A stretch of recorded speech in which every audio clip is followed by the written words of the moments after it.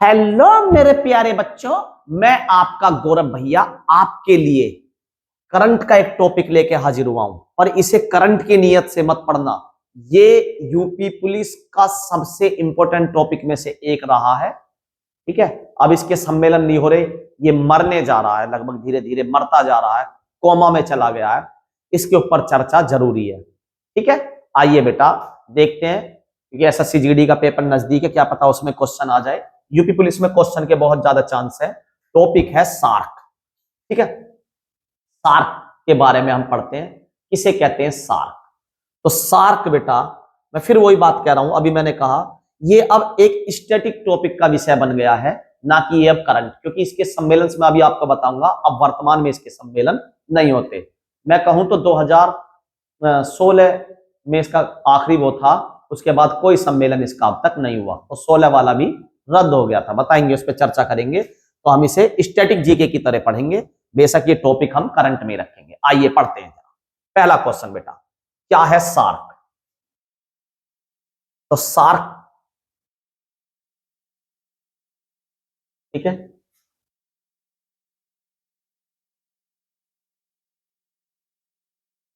ठीक है, ये है सार्क। ये तो भैया हमें भी पता है, या ये है सार्क, और इसी को हिंदी में कहते हैं दक्षेस। यूपी पुलिस में बहुत से बच्चे इसे गलत कर आए थे, क्योंकि वहां पे सार्क ना देके नाम दिया था दक्षेस। क्या नाम दिया था? दक्षेस। तो आपको पता होना चाहिए हिंदी में नाम है इसका दक्षेस। अब जरा समझते क्या है। तो इसे पहले पढ़िए, साउथ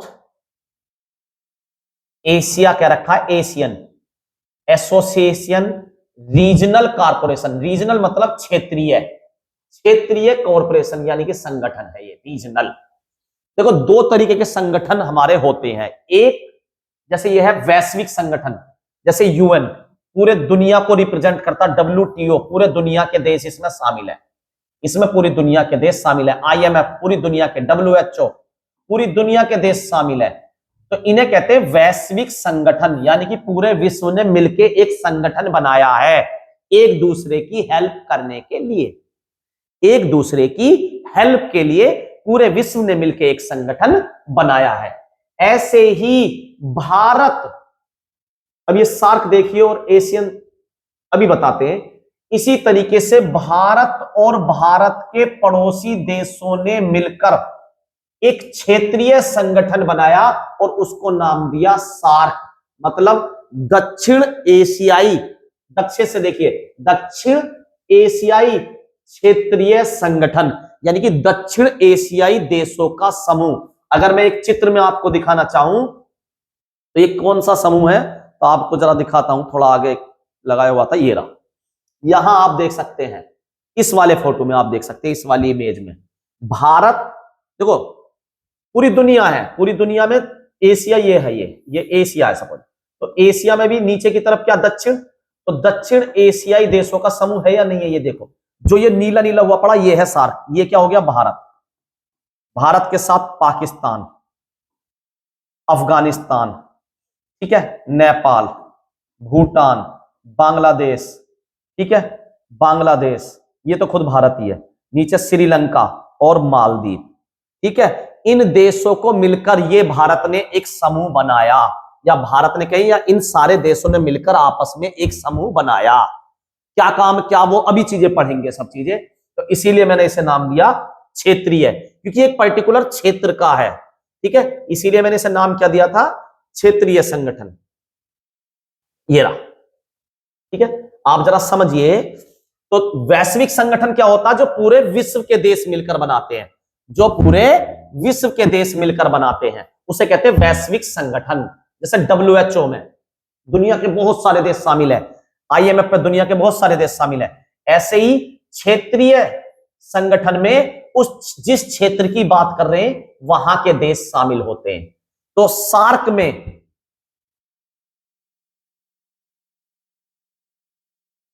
सार्क में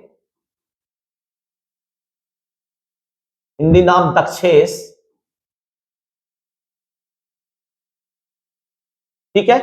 तो सार्क क्या है? साउथ एशियन एसोसिएशन, जो क्षेत्र है, रीजन, उसका कॉरपोरेशन है।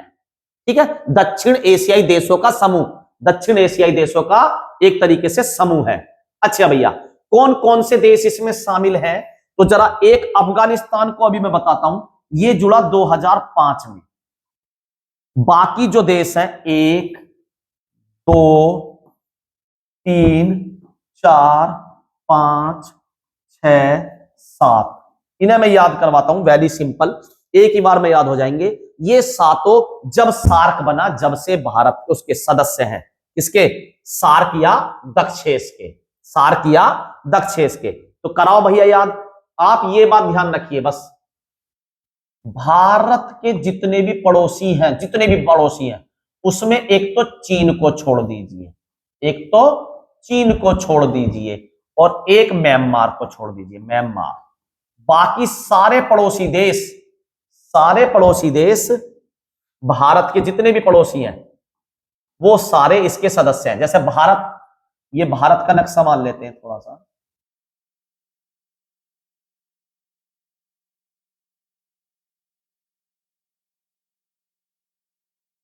नक्शा बना के भारत का एक बार में ही समझाता हूं।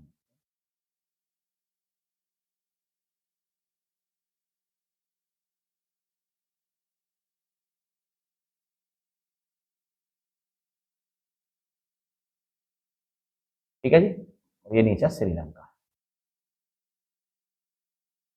तो भारत को थोड़ा छोटा कर दिया यार, ज्यादा घेरो, तो आधी जगह तो बांग्लादेश ही पीगा। ठीक है, अब देखते हैं जरा,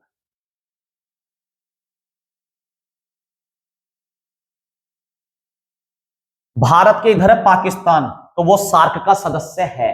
मैंने कहा ना चीन छोड़ना और म्यांमार। पाकिस्तान से ऊपर आता अफगानिस्तान, वो भी भारत का, वो सार्क का सदस्य, भारत का नहीं सार्क का सदस्य, सॉरी बेटा। तीसरा इधर आता है नेपाल, नेपाल भी इसका सदस्य है। ठीक है, और यहां पे आता है भूटान, भूटान भी इसका सदस्य है। अच्छा जी, इधर आता बांग्लादेश, बांग्लादेश भी इसका सदस्य है। अच्छा जी, बांग्लादेश के बराबर में आता म्यांमार, म्यांमार इसका सदस्य नहीं है। 1 2 3 4 5, छठा खुद हो गया भारत, सातवां हो गया श्रीलंका, श्रीलंका, और आठवां हो गया मालदीव, आठवां हो गया मालदीव। तो ये 8 देश इसके सदस्य हैं, जिसमें से मैंने बताया अफगानिस्तान बाद में बना, अफगानिस्तान बाद में बना 2005 में, 2005 में इसका सदस्य। तो ये बाकी जो 7 देश बचे भारत सहित, ये इसके फाउंडर देश हैं, यानी कि इन्होंने सार्क की स्थापना की। पहली बार सार्क का आइडिया आया था बांग्लादेश को, पहली बार सार्क का आइडिया 1980 में बांग्लादेश के राष्ट्रपति ने इस आइडिया को सोचा। फिर श्रीलंका में एक मीटिंग हुई 1981 में, इन्होंने सचिवों ने, विदेश सचिव मिले इन 7 देशों के। अफगानिस्तान बाद में जुड़ा ना, बाकी जो 7 देश बचे इनके विदेश सचिव मिले और आपस में चर्चा करके बोले हाँ सार्क जैसे देश की स्थापना होनी चाहिए। क्यों? क्योंकि सबका बॉर्डर आपस में लगता है, अगर सब मिलके रहेंगे तो लड़ाई वड़ाई कम होगी और देश तरक्की अच्छे से कर पाएगा और हम आपस में एक दूसरे की मदद कर पाएंगे। मैं ये एक बात कह रहा हूं, अगर भारत इसे दोबारा जिंदा कर ले, जिंदा क्यों नहीं हो पाता? भारत और पाकिस्तान की लड़ाई, अब तो भारत के संबंध श्रीलंका से भी, बांग्लादेश से भी खराब हो गए, नेपाल से भी खराब चल रहे, भूटान से भी। अब तो भारत ने सबसे रिश्ते बिगाड़ दिए, मालदीव से भी अभी बीच में लड़ाई हुई थी, अब दोबारा थोड़े रिश्ते सुधरने लगे हैं। अगर इनसे रिश्ते सुधार लिए जाएं और हम आपस में व्यापार करना कितना आसान है, बांग्लादेश का माल हमारे यहाँ, हमारा बांग्लादेश के 2 मिनट लगेंगी, है ना? तो व्यापार भी आसान है, एक दूसरे की संस्कृति काफी हद तक एक जैसी है, कल्चर एक जैसा है, तो हमें आपस में बहुत योगदान मिल सकता है। लेकिन अभी बात करते केवल सार्क की स्थापना वगैरह पे। तो पहले समझ में आया, सार्क की स्थापना 1985। देखता हूं मैं आगे अगर नोट्स दे रखा ठीक है, वरना फिर मैं वहां आपको रिपीट कराऊंगा। हाँ दे रखा बेटा, तो मैं यहां बात करता हूं, स्थापना की बात यहां करते हैं। पहला क्वेश्चन, विचार कब आया? 1980 में बांग्लादेश के राष्ट्रपति के दिमाग में आया। 1981 में पहली बार श्रीलंका में मीटिंग हुई इसकी। ठीक है, मीटिंग होने के बाद यह माना गया हाँ सार्क जैसे क्षेत्रीय दल की, क्षेत्रीय संगठन की स्थापना होनी चाहिए। ठीक है, तो 8 दिसंबर 1985 को इसकी स्थापना की गई। तो कैसे याद रखें इसकी स्थापना कब की गई? तो आप ध्यान रखिए, सार्क ने 85 बार, 8 सार्क ने 8 दिसंबर, 8 सार्क ने 85 लोगों को काटा, 8 सार्क ने 85 लोगों को काटा, 8 सार्क ने कितने लोगों को काटा? 85 लोगों को काटा। सार्क ने 85 जनों को काटा। तो सार्क की स्थापना 1985 में। कहां पे स्थापना हुई भैया? ढाका बांग्लादेश में सार्क का चार्टर पर हस्ताक्षर हुए, बांग्लादेश में, ठीक है, ढाका, ध्यान रखना। मुख्यालय कहां है अभी बात करेंगे, मुख्यालय है इसका काठमांडू नेपाल, आगे आएगा चल के, ठीक है। स्थापना हुई 1985 में बांग्लादेश ढाका में। सातों देशों ने, इसके 7 सदस्य देशों ने हस्ताक्षर करे। कौन कौन थे? भारत, पाकिस्तान, बांग्लादेश, नेपाल, भूटान, श्रीलंका और मालदीव। बाद में चलकर 2005 में इसका विस्तार किया गया और इसमें 13वें शिखर सम्मेलन में नई दिल्ली में था और इसमें क्या करा गया? अफगानिस्तान को शामिल किया गया, अफगानिस्तान को शामिल। तो अफगानिस्तान को कौन से शिखर सम्मेलन में शामिल किया गया? 13वें। अफगानिस्तान 2005 में शामिल हुआ और 13वें शिखर सम्मेलन में शामिल हुआ और 13वां शिखर सम्मेलन नई दिल्ली भारत में था। उससे पहले कितने देश थे? 7। वर्तमान में कितने देश हैं? 8। वर्तमान में कितने देश हैं? 8। वर्तमान में 8 देश हैं सार्क के अंदर जो इसके सदस्य हैं। और इसके स्थापना में कितने देश थे? इसके फाउंडेशन में 7। कौन सा नहीं था? बाद में जुड़ा अफगानिस्तान। कब जुड़ा? 13वें शिखर सम्मेलन जो नई दिल्ली में हुआ था 2005 में जुड़ा। बिल्कुल सही बात है। इसका गठन कहां हुआ भैया? ढाका में। गठन कहां हुआ? ढाका में, बांग्लादेश में। वेरी गुड भैया, समझ में आ गई बात। आगे चलते हैं। एक चीज बहुत जरूरी है बेटा, ध्यान से सुनिए। इसका मुख्य उद्देश्य क्या था? इसका मुख्य उद्देश्य क्या था? वेरी इंपॉर्टेंट क्वेश्चन है। तीनों उद्देश्य वेरी इंपॉर्टेंट है। पहला, शांति, क्योंकि एक दूसरे से हमारा बॉर्डर लगता है, और समृद्धि। अगर हम आपस में नहीं लड़ेंगे, सब भाई 8 देश आपस में एक दूसरे से बॉर्डर साझा करते हैं, अगर हम आपस में शांति रखेंगे तो तरक्की होगी या नहीं होगी? तो पहला उद्देश्य था शांति और समृद्धि। वेरी वेरी इंपॉर्टेंट था। क्या कहते हैं इसे? दक्षिण एशिया में शांति, स्थिरता और सहयोग को बढ़ावा देना। Very good. दूसरा, जीवन स्तर को सुधारना, एक दूसरे की मदद करके जीवन स्तर को सुधारना, यानी कि जो क्षेत्र के लोग हैं उनके जीवन के रहने के तरीकों को कैसे सुधारा जाए। मतलब भैया गंदा पानी पीने को मिल रहा है, साफ पानी नहीं मिल रहा। अभी देखा था ना वहां पे इंदौर में गंदा पानी पी के लोग मर गए। तो इसी चीज के लिए तो ये बना था कि हम कला संस्कृति क्षेत्र में आपस में ऐसी चीजों में योगदान करेंगे, सहयोग करेंगे, एक दूसरे की मदद करेंगे। सहयोग के क्षेत्र, आर्थिक सुधार, आर्थिक पैसा, सामाजिक सुधार के लिए भी कोशिश करेंगे। संस्कृति एक जैसी है उसके लिए भी हम काम करेंगे, तकनीकों का आपस में काम करेंगे। भारत इनकी बहुत हेल्प करता तकनीक में, अभी बताएंगे आगे चल के, ठीक है। तो ये 3 मेन उद्देश्य थे। वेरी इंपॉर्टेंट है, पूछ सकता है पेपर में, आप इन्हें ध्यान से, ठीक है। बहुत इंपॉर्टेंट टॉपिक है सार्क, हल्के में ना लें इसे। आगे चलते हैं भैया जी। मार्गदर्शक सिद्धांत क्या थे इसके? सभी सदस्य देश एक समान रहेंगे। मतलब भैया जैसे आपने देखा होगा यूएन में 5 देशों के पास वीटो पावर है। 5 कौन कौन से? 3, देखना बेटा कौन कौन से 5 देश हैं। यूएसए, अमेरिका हो गया, रूस हो गया, फ्रांस हो गया और एक शायद ब्रिटेन हो गया, ठीक है। ठीक है, मैं चाहूंगा बच्चे एक बार क्रॉस चेक कर लो तुम अपने मोबाइल से, प्लीज एक बार चेक कर लो, फिर भी हाँ करने में। लेकिन जो सार्क है, सार्क, इसमें कितने देश है शामिल भैया? पहले 7 थे। 1985 में 8 दिसंबर 8 सार्कों ने 85 लोगों को काटा, इसकी स्थापना हुई। जब कितने थे? 7। वर्तमान में 8। वर्तमान में कितने हैं? वर्तमान में 8 देश हैं। 8वां कब जुड़ा? 13वें शिखर सम्मेलन में। 13वें शिखर सम्मेलन, सॉरी शिखर सम्मेलन गलत हो गया, 13वें सार्क सम्मेलन में, जो कहां पे था? भारत में हुआ था, ठीक है। कब? 2005 में जुड़ा। 2005 में जुड़ा। अफगानिस्तान जुड़ा। कौन जुड़ा? अफगानिस्तान। तो 8वां सदस्य कौन बना? अफगानिस्तान बना। यहां तक भी बात समझ में आ गई। लेकिन जो मैं बताना चाह रहा हूं वो जरा ध्यान से सुनना बेटा, बात वो इंपॉर्टेंट है। यहां पूरी दुनिया के देश शामिल है और वीटो पावर केवल 5 के पास है। वीटो पावर मतलब सपोज करो एक पक्ष में 100 देशों ने कह दी कि हाँ जी ये बात गलत है, और इन 5 में से एक ने भी कह दी ये बात सही है, ठीक है, तो वो वीटो हो गई। इन 100 की वोट खराब होगी इस एक की वजह से। लेकिन यहां पे सब सदस्य देश समान हैं, मतलब 8 देशों के पास वीटो पावर है। कोई सा एक देश भी, कोई सा भी एक देश, भैया आप वो टेस्ट लेकर रख लो, मेरी वीडियो खराब ना हो, कोई से भी 8 के 8 देश में से कोई सा भी देश वीटो पावर इस्तेमाल कर सकता है, वीटो पावर इस्तेमाल कर सकता है। यानी कि 7 देश बोले एक पक्ष में और एक देश ने वीटो कर दी, तो यहां पे 8 के 8 देशों के पास वीटो पावर है। पहली बात समझ में आ गई। तो आंतरिक, दूसरी बड़ी बात, आवाज नहीं, दूसरी बड़ी बात, कोई भी अहस्तक्षेप, मतलब आंतरिक मामलों में, एक दूसरे के आंतरिक मामलों में कोई भी हस्तक्षेप नहीं करेगा, कोई भी हस्तक्षेप नहीं करेगा। ठीक है भैया जी, पहली बात समझ में आ गई। सभी सदस्य देश समान हैं, सभी सदस्य देश समान हैं, एक दूसरे की सीमाओं का सम्मान करेंगे, क्योंकि आपस में सीमाएं लगी हुई हैं, लड़ाई ना हो आपस में, एक दूसरे से युद्ध ना हो, इसलिए एक दूसरे की सीमाओं का सम्मान करेंगे। उससे अगली बात, आंतरिक मामलों में एक दूसरों के में हस्तक्षेप नहीं करेंगे, निर्णय सभी की सहमति से होगा, कोई भी, मतलब सबके पास वीटो पावर है, कोई भी अपने डिसीजन को दूसरे देशों पर थोपेगा नहीं। ये इसका हो गया सिद्धांत, मार्गदर्शक सिद्धांत। आगे चलते हैं भैया जी, इससे आगे की बात करते हैं मेरे प्यारे बच्चों। अगले पॉइंट पे आते हैं, ढांचा कैसा है इसका, ढांचे पे बात करते हैं इसके, संगठनात्मक ढांचा। तो ढांचे में बेटा इसका मुख्यालय तो मैं आपको बता ही चुका, कहां पे, काठमांडू में। कहां पे है, काठमांडू। काठमांडू कहां पे है, नेपाल। ठीक है, नेपाल।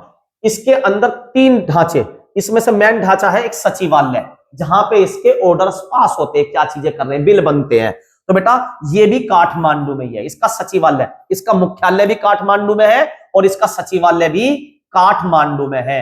अच्छा जी, इसकी स्थापना कब हुई थी भैया, 1985 में, और सचिवालय की स्थापना कब हुई थी, 1987 में। कहां हुई थी, काठमांडू नेपाल में, काठमांडू नेपाल में। शिखर सम्मेलन, शिखर सम्मेलन मतलब इसके सम्मेलन किस तरीके से होंगे, तो बेटा 8 देश है, इसमें बारी बारी से सबका नंबर आता जाएगा, बारी बारी से सबका नंबर आता जाएगा, बारी बारी से सबका नंबर आता जाएगा। सम्मेलन ऐसा नहीं कि एक ही देश में होंगे, ठीक है, सब अपनी अपनी बारी से आता रहेगा, चक्रीय। स्थायी समिति, ठीक है, विदेश सचिव, सबके विदेश सचिव इसमें शामिल होंगे, ठीक है। बनाया भी किसने था ग्रुप, विदेश सचिवों ने मिलकर, विदेश सचिवों ने मिलकर। आगे चलते भैया जी,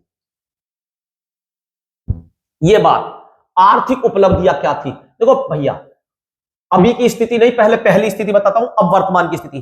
पहले इसका व्यापारिक वरीयता व्यापार क्या था, वरीयता व्यापार था कि हम जो है अपने शुल्क घटाएंगे, शुल्क को 5% तक लेकर आएंगे, और सभी देश 5% तक लेकर भी आए। मतलब भैया भारत ने नेपाल से माल खरीदा, ठीक है, नेपाल से। अब नेपाल के माल जब भारत खरीद रहा, उस पर टैक्स लगा दे 10%, 20%, तो वो तो नेपाल से आते आते ऑटोमेटिकली महंगा हो जाएगा, तो बिकेगा नहीं। तो सभी देशों ने क्या करा कि हम एक दूसरे के माल पर जो टैरिफ है वो 5% से ज्यादा नहीं लगाएंगे, और वर्तमान में किसी भी देश में 5% से ज्यादा एक दूसरे में टैरिफ नहीं है, ठीक है। लेकिन नेगेटिव लिस्ट, नेगेटिव लिस्ट क्या थी, मतलब इसकी अधिकांश वस्तुओं पर शुल्क हटाना, ठीक है, बहुत सी चीजों पर शुल्क हटा दिए गए, जिससे अपनी चीजों को बचाना भारी पड़ गया, अपने देश में अपनी चीजों को बचाना भारी पड़ गया। आपको शायद अब भी पता होगा, भारत अपने यहां तेल बेचता है, पेट्रोल 100 रुपए लीटर, और बांग्लादेश को दे रहा 60 रुपए लीटर, 50 रुपए लीटर, अब का रेट मुझे पता नहीं क्या है। तो मतलब खुद देश में महंगा, दूसरे देश में, भैया वहां पे टैक्स नहीं लगा रहा ना भारत, वहां पे टैक्स नहीं ले रहा।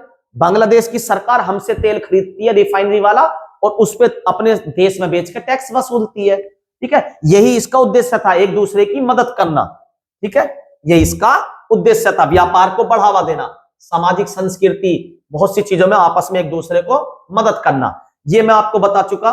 वस्तु के अलावा सेवा के व्यापार को उदार बनाना इन देशों में, ये मैं बता चुका। ये साउथ एशियाई देशों का पूरा समूह था, सबकी सीमा आप देख रहे हो लगी हुई है, आप नीले नीले में देख रहे हो, ये श्रीलंका, यहाँ मालदीव, पाकिस्तान, अफगानिस्तान, नेपाल, भूटान, बांग्लादेश, ठीक है, भारत खुद। तो भैया ये आपस में लगे हुए, तो इनकी संस्कृति एक जैसी, कल्चर एक जैसा, तो भैया आपस में एक दूसरे को सहयोग करने के लिए ही ये बनाया गया था। क्या नाम है, सार्क, और हिंदी में कहते हैं इसे दक्षेस, ठीक है, बात याद रहेगी। ओके भैया जी। सामाजिक और बुनियादी ढांचा परियोजनाओं के वित्तीय पोषण के लिए स्थापित विकास कोष, यानी कि इसी में एसडीएफ भी बनाया गया। जो देखो, पहली बात तो मैं एक बताऊं, दुनिया में सबसे गरीब देशों का समूह है ये। या तो इनसे गरीब देश फिर वही मिलते हैं अफ्रीका के जंगलों में, समझ रहे हो नहीं, अफ्रीका सबसे गरीब महाद्वीप है ना। उसके बाद अगर मैं कहूं तो ये सबसे गरीब देशों ने आपस में मिलकर एक ग्रुप बनाया था। इनका ये समझ लो लीडर एक तरीके से भारत ही है, जो थोड़ा बहुत चला सकता। और आज ये ग्रुप बिल्कुल, मैंने कहा ना, मरने की कगार पर है। अगर इसे जिंदा करना है तो उसकी जिम्मेदारी भी किसकी है? भारत की। पूरी जिम्मेदारी किसको लेनी पड़ेगी? बड़े भाई की तरह भारत को। तो उस पर चर्चा करते हैं जरा। संस्थागत और तकनीकी सफलताएं क्या थी इसकी? दक्षिण एशियाई विश्वविद्यालय बना। क्या बना? दक्षिण एशियाई विश्वविद्यालय, मतलब SAU, साउथ एशियन यूनिवर्सिटी कह दो, विश्वविद्यालय। यूनिवर्सिटी को विश्वविद्यालय कहते हैं ना।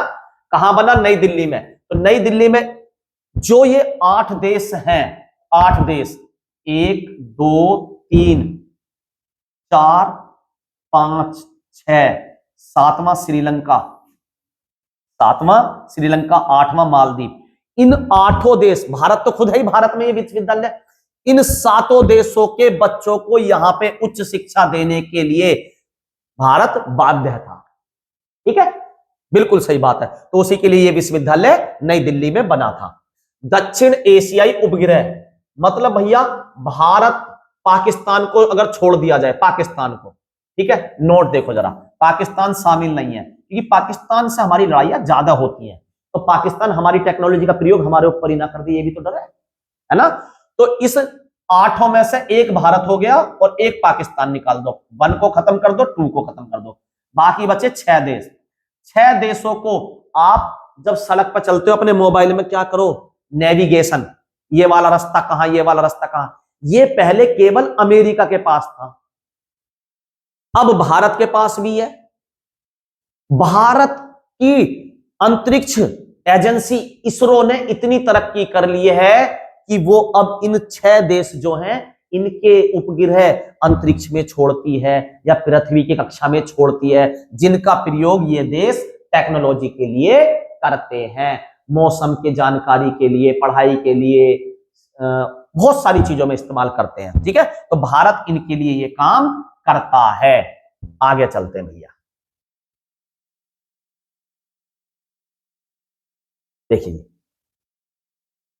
ये बात, कौन कौन से शिखर सम्मेलन हुए। तो पहला तो मैं आपको बता ही चुका, पहला 1985, ठीक है, पहला 1985 में, ठीक है भैया जी, भाई 1985 में स्थापना हुई। पहला 1985 में कहां हुआ? मैंने आपको बताया था ढाका में, ढाका में। और वहीं सबने आपस में साइन करे बांग्लादेश में। किसने साइन करे? सचिवों ने, सारों ने मिलकर, ठीक है, विदेश सचिव जो थे उन्होंने इसकी नींव रखी, स्थापना करी। अच्छा भैया जी, 2016 में 19वां होना था, 19वां शिखर सम्मेलन कहां होना था? पाकिस्तान में, पाकिस्तान में, पाकिस्तान में। भैया से टेस्ट ले ले, पाकिस्तान में। अच्छा भैया जी, लेकिन पाकिस्तान ने भारत में हमला कर दिया था, तुम्हें ध्यान हो, उरी हमला 2016। इस कारण भारत ने इस सम्मेलन का विरोध कर दिया, पाकिस्तान में जाने को मना कर दिया। 19वां जो था, कब होना था? 2016 में मना कर दिया भारत ने। भारत की होड़ में अफगानिस्तान में भी ने भी इसमें जाने से मना कर दिया। आखिरकार ये विफल हो गया, विफल हो गया। तो इससे पहले 18वें नंबर का कहां हुआ था? 2014 में, 2014 में। ये कहां हुआ था? ये हुआ था नेपाल, काठमांडू। उसके बाद से अभी तक कोई सम्मेलन इसका नहीं हुआ है, कोई सम्मेलन इसका। देखना जरा 18वां सार्क सम्मेलन और चेक कर देखना, ठीक है। शायद मुझे ढाका भी याद आ रहा, या तो नेपाल है या ढाका है। देखो बेटा जरा समझना बात को, 18वां 2014, अब क्या चल रहा? 2026 चल रहा भैया, अब तक कोई नहीं हुआ। तो इसे आप करंट के टॉपिक में कैसे जोड़ सकते हो? अरे भैया करंट के टॉपिक में नहीं जोड़ना, लेकिन ये स्टैटिक जीके के हिसाब से तो अब भी इंपॉर्टेंट है। और करंट में 2001 बताओ, नेपाल में है ना, बिल्कुल सही बताया था बेटा मैंने, वही लिख लीजिए, आपको बताया गया नेपाल, काठमांडू। ठीक है, कौन सा? 18वां, 2014 में। उसके बाद से अभी तक कोई सम्मेलन, पाकिस्तान वाला 19वां था, वो मना कर दी गई। अच्छा, मैं यहां एक बात कहना चाह रहा हूं, 2026 तक कोई सा सम्मेलन नहीं हुआ। भैया क्यों पढ़ा रहे हो? भैया एक बात बताओ, यूपी पुलिस का पहला पेपर भी तो 2025 जाड़ों के आसपास हुआ है ना, पहला वाला शायद। तो भैया उसमें ये क्वेश्चन था या नहीं था? बताओ, दक्षेस वाला। अगर कोई 2016 से कोई चीज नहीं हो रही और उसका पेपर 2025 में पूछा जा रहा, तो 26 में क्यों नहीं पूछा जाएगा? तो इसीलिए आप होपलेस ना हो, ये इंपॉर्टेंट टॉपिक है, इसे पढ़ें। ठीक है, बहुत बढ़िया मेरे बच्चों, आगे चलते हैं। अब ये क्या हो गया? निष्क्रियता क्यों हो गई? आपस में बात नहीं होती, कोमा जैसी स्थिति आ गई। इससे कैसे बचा जाएगा? आज अपने अस्तित्व की लड़ाई लड़ रहा है ये। क्यों लड़ रहा भैया? मैन कौन है इसमें? भारत और पाकिस्तान, बांग्लादेश बड़े देश, नेपाल भूटान ये तो छोटे, श्रीलंका। श्रीलंका में पैसों की दिक्कत, बांग्लादेश में आंतरिक कलह। अब देखो जरा, लिख रखी है क्या चीजें? नहीं लिख रखी। चलो मैं सबकी वजह बताऊंगा आपको, पहले ये समझिए। विफलता के प्रमुख कारण क्या है? विफलता के प्रमुख कारण, पहला, भारत पाकिस्तान एक दूसरे पर विश्वास नहीं कर पाते, तो द्विपक्षीय तनाव रहता, जिससे सार्क की कार्यप्रणाली को बाधित होती है। अब मैंने बताया 2016 वाला भी क्यों कैंसिल हुआ?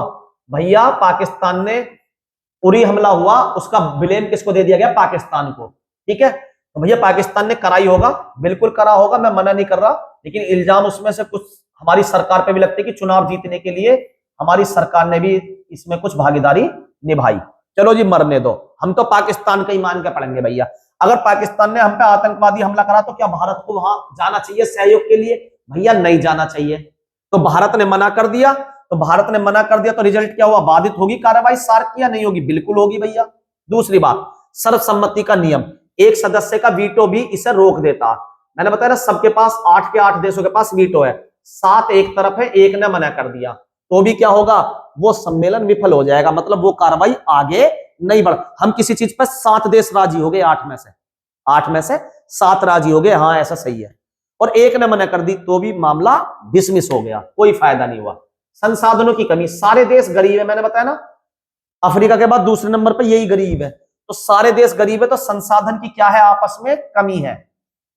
तो एसएयू जो इन्होंने संस्था बनाई थी एक दूसरे की मदद के लिए, इसमें फंड कौन करे? इसमें फंड कर सकते हैं ज्यादा से ज्यादा भारत, बांग्लादेश, पाकिस्तान, ये आपस में करते नहीं है, तो बात कैसे बने? अगला, अब जरा देखिए, अस्थिरता क्यों आई एशिया में? अब मैं जरा इसको बताता हूं आपको, जरा आप खुद ही समझ जाएंगे। हाँ भैया आप सही बात करें। पहला, अफगानिस्तान में तालिबानों ने हमला कर दिया, रिजल्ट क्या हुआ? वहां की सरकार को पलट दिया गया। अब भारत के सामने समस्या है, भारत इसे आतंकवादी कहता था पहले, तालिबान को। अब भारत इसे मान्यता दे या ना दे? अब जैसे इसके आप दोबारा वो सम्मेलन चालू करोगे सार्क के, और उसमें अफगानिस्तान की तरफ से भी कोई आएगा। अब अफगानिस्तान में सरकार तो गिरा दी, किसने? तालिबानियों ने। कब्जा किसका? तालिबान का। तो तालिबान के सदस्यों से भारत बात करेगा? क्या भारत आतंकवादियों से बात करेगा? ये बड़ी समस्या आती है। पहली बात तो ये समस्या तो अभी खड़ी हुई है मोदी शासन में, क्योंकि पहले तो सरकार सही चल रही थी। दूसरा, पालीदीवन जरा समझिए, चीन का प्रभाव है, राजनीति स्थिर लाने में चीन जो है कोशिश करती है। अच्छा भैया जी, चीन नजर भी बनाए हुए, इसमें नो ऑब्जर्वर है, नो ऑब्जर्वर भी है जो इसे देख रहे हैं कि क्या है ये, कामयाब हो रही है, क्या हो रहा क्या नहीं। चीन उनमें से एक है, ऑब्जर्वर होता ऊपर से नजर रखने वाला।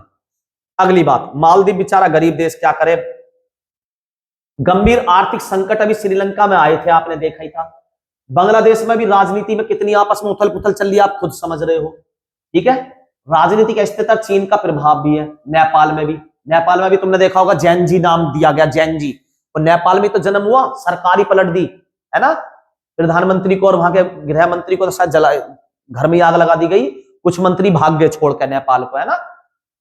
अच्छा भैया जी, अशांत पड़ोसी असहयोग के लिए अनुकूल नहीं है, मतलब अगर पड़ोसी अशांत है तो सहयोग कहां से करें, उसके लिए वो फिट नहीं बैठना मामला।